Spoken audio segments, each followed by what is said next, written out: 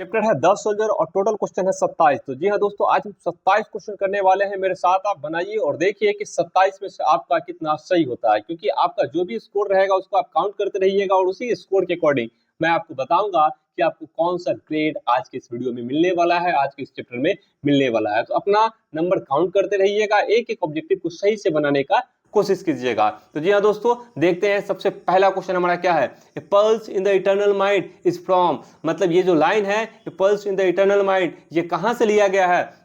Option number A है snake से, option number B है सॉन्ग ऑफ माई सेल्फ से, ऑप्शन नंबर सी है ओड टू ऑटम से, ऑप्शन नंबर डी है द सोल्जर्स से। जी हाँ दोस्तों, देखिए यहाँ पे ऑप्शन नंबर डी बिल्कुल सही होगा, यही हमारा सही आंसर है।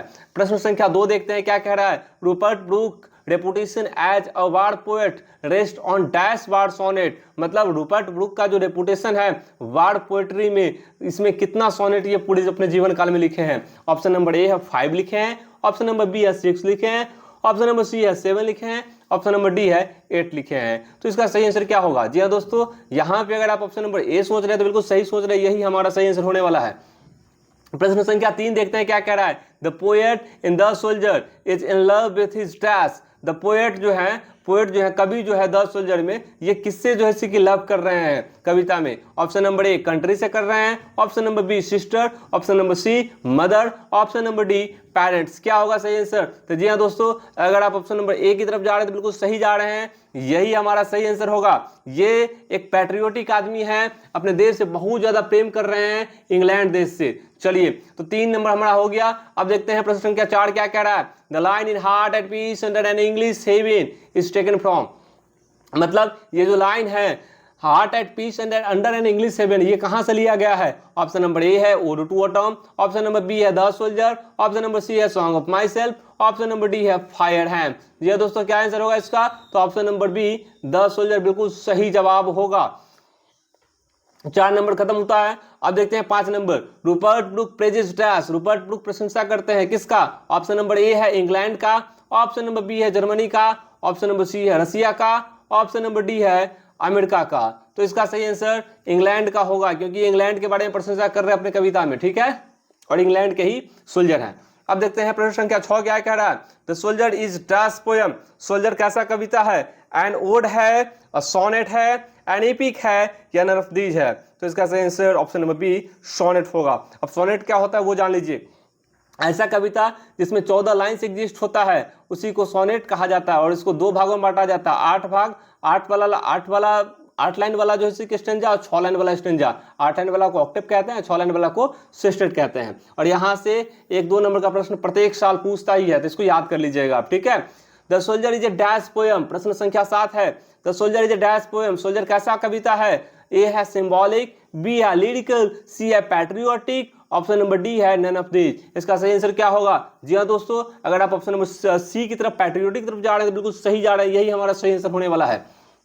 अब हम देखते हैं प्रश्न संख्या 8 क्या कह रहा है, प्रश्न संख्या 9 क्या कह रहा है, और प्रश्न संख्या 10 क्या कह रहा है। प्रश्न संख्या 8 कह रहा है the soldier deals with dash, soldier deals करते हैं किसके बीच में, फ्रांस के बीच में, ऑप्शन नंबर बी रसिया के बीच में, ऑप्शन नंबर सी स्कॉटलैंड के बीच में, या फिर ऑप्शन नंबर डी इंग्लैंड के बीच में। तो ये इंग्लैंड के बीच में डील्स करते हैं, मतलब इंग्लैंड को प्रस्तुत करते हैं, इंग्लैंड के बारे में सब कुछ लिखते हैं। इंग्लैंड के ही ये कवि हैं और इंग्लैंड के ही ये सैनिक है, सोल्जर है, इंग्लैंड के बारे में सब कुछ लिखते हैं, बखान करते हैं, बहुत सुंदरता के बारे में बताते हैं इंग्लैंड के बारे में, ठीक है, ये इनका मातृभूमि है।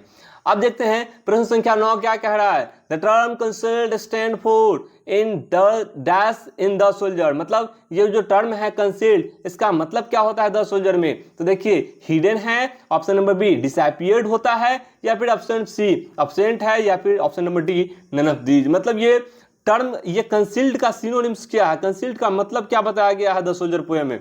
तो यहाँ पे ऑप्शन नंबर बी होगा। अब बहुत लोग हिडन भी बताते हैं, तो वो भी हम कई जगह पे सही मान सकते हैं, लेकिन फिर भी परफेक्ट आंसर का बात करें तो यहाँ पे डिसअपीयर्ड ज्यादा बेटर आंसर होगा, ठीक है। तो अब देखते हैं प्रश्न संख्या 10 क्या कह रहा है। प्रश्न संख्या 10 कह रहा है Who has composed the poem the soldier, किसने कंपोज किया है द सोल्जर को। Option number A Rupert Brooke ने किया है, option number B T S. Eliot ने किया है, option number C D H. Lawrence ने किया है, option number D W H. Auden ने किया है। तो जी हाँ दोस्तों, यहाँ पे option number A Rupert Brooke बिल्कुल सही आंसर होने वाला है। अब हम देखते हैं प्रश्न संख्या 11 क्या कह रहा है।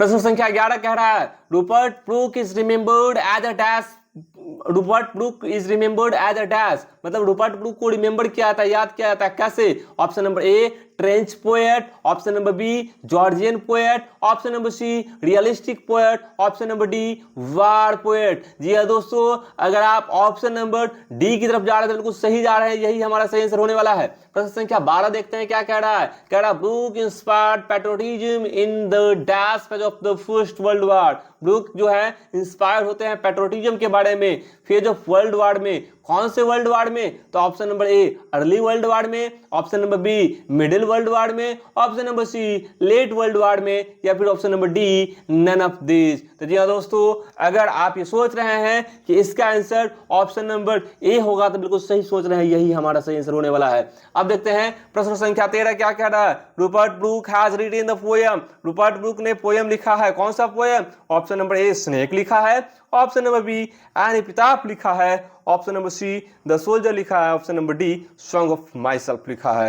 मतलब रूपर्ट ब्रूक ने कौन सा पोएम लिखा है? तो यहाँ पे द सोल्जर बिल्कुल सही आंसर होने वाला है। प्रश्न क्या 13 का ऑप्शन सी होने वाला है। 14 देखते हैं क्या कह रहा है। The soldier is A dash poem, soldier कैसा कविता है? लव पोएम है, वार पोएम है, सी नेचर है, डी हैप्पी है। तो यहाँ पे तो युद्ध का बात किया गया है, वैसे भी सोल्जर मतलब युद्ध होता है, तो यहाँ पे ऑप्शन नंबर बी बिल्कुल सही जवाब होने वाला है बच्चों। अब देखते हैं प्रश्न संख्या 15 क्या कह रहा है। ध्यान दीजिएगा बच्चों, प्रश्न संख्या 15 को हम लोग डील करने वाले हैं। ध्यान दीजिएगा क्या कह रहा है प्रश्न संख्या 15, एक बार पढ़ के देखते हैं। कह रहा है the images and pages of dash run through both the stanza, मतलब किसका इमेजेज और किसका प्रशंसा पूरे स्टेंजा में देखा गया है, दोनों स्टेंजा में देखा गया है। तो ऑप्शन नंबर ए इंग्लैंड का प्रशंसा किए हैं, ऑप्शन नंबर बी अमेरिका का किए हैं, ऑप्शन नंबर सी फ्रांस का किए हैं, या फिर ऑप्शन नंबर डी इंडिया का किए हैं। तो बहुत सारे विद्यार्थी क्या करेंगे, इंडिया लगा देंगे, हम देश से तो लगा देते हैं। नहीं, ऐसा नहीं है। यहाँ पे द सोल्जर के जो राइटर है रूपर्ट ब्रूक, वो देशभक्त आदमी है और इंग्लैंड का देशभक्ति कर रहे हैं। डेट्स वाई यहाँ पे आंसर ऑप्शन नंबर ए होगा, इंग्लैंड। अब देखते हैं प्रश्न संख्या 16 क्या कह रहा है। The place where the soldier would be buried should be treated as the part of the dash after his death, मतलब जहां पे सोल्जर को दफनाया जाएगा उस जगह को कैसे ये ट्रीट करना चाहते हैं, किस जगह को ये ट्रीट करना चाहते हैं? Option number A Germany, option number B France, option number C Italy, option number D England. तो यहाँ पे ये कह रहे हैं कि ये इंग्लैंड कह रहे हैं, ठीक है। ऑप्शन नंबर 16, प्रश्न संख्या 16 का आंसर ऑप्शन नंबर डी होगा।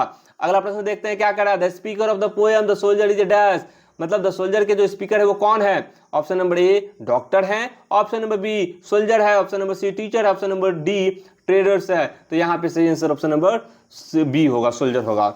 अब बहुत लोग इसमें राइटर का नाम खोजने लगेंगे, लेकिन देखिए ऐसा नहीं है। एक क्वेश्चन का बहुत सारा आंसर हो सकता है, ठीक है, लेकिन ये डिपेंड करता है कि आपने उसे रटा है या फिर उसे पढ़ा है। अगर आप रटे हैं तो वही ऑप्शन खोजिएगा जो आप याद किए हैं, अगर आप पढ़े हैं तो आप सीधे ऑप्शन देखिएगा और सुइटेबल खोज के टिक लगा दीजिएगा। तो इसलिए हम कहते हैं रटिए नहीं, पढ़िए चीजों को। अब देखिए प्रश्न संख्या 18 क्या कह रहा है। देखिए क्या कह रहा है प्रश्न संख्या 18, ध्यान दीजिएगा। प्रश्न संख्या 18 कह रहा है the soldier is a patriotic dash, soldier patriotic क्या है? Song of myself, fire ham, ode to autumn, या ऑप्शन नंबर डी पोएम। तो ये पैट्रियोटिक पोएम है भाई, कविता है। तो ऑप्शन नंबर डी बिल्कुल सही जवाब होने वाला है यहाँ पे हमारा।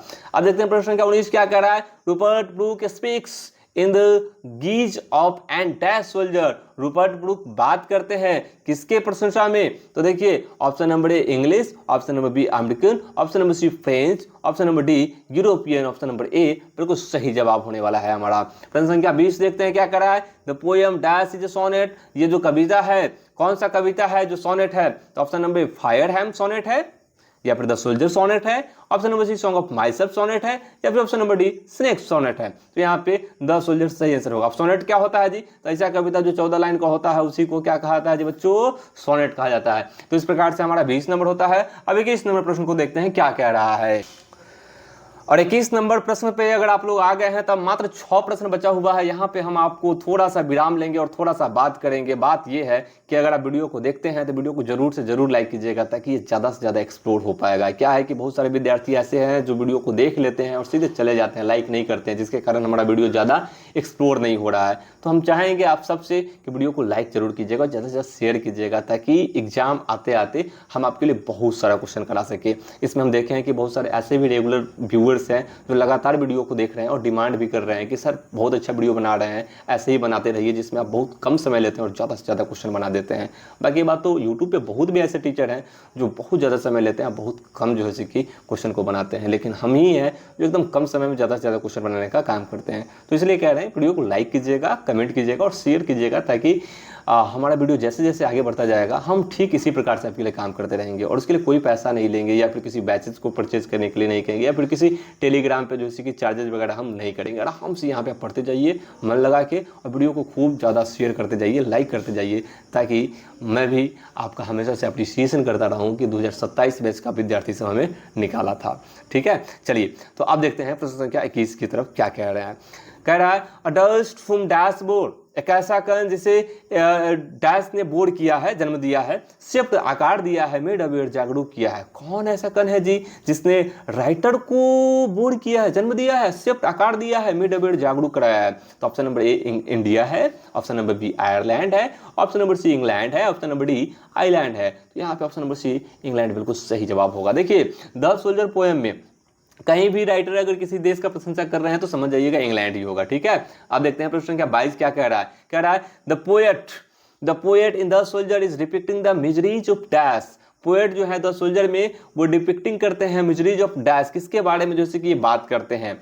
ऑप्शन नंबर ए वार के बारे में, युद्ध के बारे में चर्चा करते हैं अपने कविता में। ऑप्शन नंबर बी नेचर, क्या प्रकृति के बारे में चर्चा करते हैं। ऑप्शन नंबर सी रिलेशन के बारे में, या फिर ऑप्शन नंबर डी लव के बारे में। तो जी हाँ दोस्तों, अगर आप सोच रहे हैं कि ऑप्शन नंबर ए होगा तो बिल्कुल सही है ये जवाब। सोल्जर मतलब वार, ये वार पोएम ही लिखे हैं ये। ठीक है, अब देखते हैं प्रश्न संख्या 23 क्या कह रहा है। कह रहा है a sonnet is a poem of dash lines. Sonnet जो होता है कितने लाइन का कविता होता है? तो ऑप्शन नंबर ए 16 लाइन का होता है, ऑप्शन नंबर बी 14 लाइन का होता है, option number C 18 line 18 line का होता है, ऑप्शन नंबर डी 20 लाइन का होता है। तो जी हाँ दोस्तों, 14 लाइन यहाँ पे बिल्कुल सही जवाब होगा, पहले भी आपको हम बता दिए थे। ठीक है, आप देखते हैं प्रश्न संख्या 24 क्या कह रहा है बच्चों। प्रश्न संख्या 24 की तरफ बढ़ रहे हैं, देखते हैं क्या कह रहा है प्रश्न संख्या 24। कह रहा है If I should die, think only this of me is taken from dash। यदि मैं मर जाऊं तो मेरे बारे में केवल इतना सोचना। ये लाइन कहां से लिया गया है? Option number A an epitaph से लिया गया है, option number B fire ham से लिया गया, option number C the soldier से लिया गया, ऑप्शन नंबर डी स्नेक से लिया गया। जी दोस्तों सोचिए क्या होगा इसका सही आंसर? जी बिल्कुल सही सोच रहे हैं आप, ऑप्शन नंबर सी सही होगा जवाब।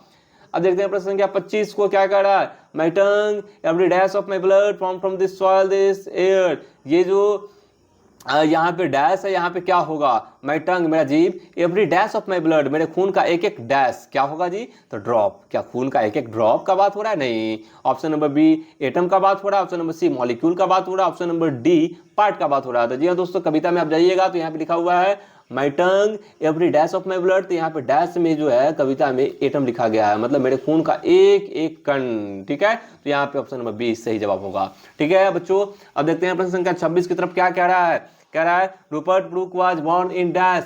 Rupert Brooke was born in dash. Option number A है 1886, option number B 1887, option number C 1888, option number D है 1889। जी हाँ दोस्तों, क्या होगा इसका सही आंसर? चलिए देखते हैं इसका सही आंसर क्या होगा। अगर आप ऑप्शन नंबर बी की तरफ जा रहे हैं तो बिल्कुल सही जा रहे हैं बच्चों, यही हमारा सही जवाब होने वाला है। अब देखते हैं प्रश्न संख्या 27 क्या कह रहा है। Rupert Brooke was died in dash. Rupert Brooke मर गए थे कब? तो 1913 में मरे थे, 1914 में मरे थे, 1915 में मरे थे, 1916 में मरे थे। तो इसका जो सही जवाब होगा बच्चों 1915 बिल्कुल सही जवाब होगा। तो इस प्रकार से बच्चों आज हम लोग कंप्लीट कर लिए 27 क्वेश्चन, एक बहुत बड़ा जो है कि एक टारगेट पूरा किए हैं। अब समय आ गया है कि मैं आपको बता दूं कि आपका 27 में से कितना सही हुआ है और आपका जो स्कोर आया है उसमें आपको कौन सा ग्रेड मिलने वाला है। आप इस कविता में आप इस चैप्टर को खूब बढ़िया से कंप्लीट किए हैं या फिर आपको फिर से पढ़ने की जरूरत है, सारा कुछ बताएंगे। चलिए देखते हैं आपका स्कोर कार्ड क्या रहा है। देखिए बच्चों, अगर आपका स्कोर कार्ड कह रहा है कि आपने अगर 24 से 27 सही किया है, दैट मीन्स कि आप एक्सलेंट हो, ए प्लस कैटेगरी में, आप इतना अच्छे हो कि किसी को पढ़ा भी सकते हो बच्चों। अब देखते हैं 20 से 23 सही अगर है तो क्या होगा जी? आप वेरी गुड के कैटेगरी में, आप बहुत अच्छे हो पढ़ने में भाई। ठीक है, आप अच्छे विद्यार्थी हो एक। ठीक है, अब देखते हैं 17 से 19 सही है तो आप गुड हो, ठीक हो आप। ठीक है, अगर आपका 11 से 13 सही है तो आप एवरेज है, मिला जुला के ठीक ठाक है। अगर आप 0 से 10 सही है तो आप रेड जोन में हैं बच्चों, आपको फिर से पढ़ने की ज़रूरत है। तो जाइए इस चैप्टर को खूब बढ़िया से ढंग से पढ़िए ताकि और भी बेटर हो सके। और अगर आपने एक A+ कैटेगरी को प्राप्त किया है तब तो ये आपके लिए बहुत खुशी की बात है। आप नेक्स्ट चैप्टर को पढ़िए। आज के लिए इतना ही रखते हैं, फिर मिलते हैं किसी नेक्स्ट वीडियो में नेक्स्ट टॉपिक के साथ। तब तक के लिए बाय बाय, धन्यवाद, नमस्कार।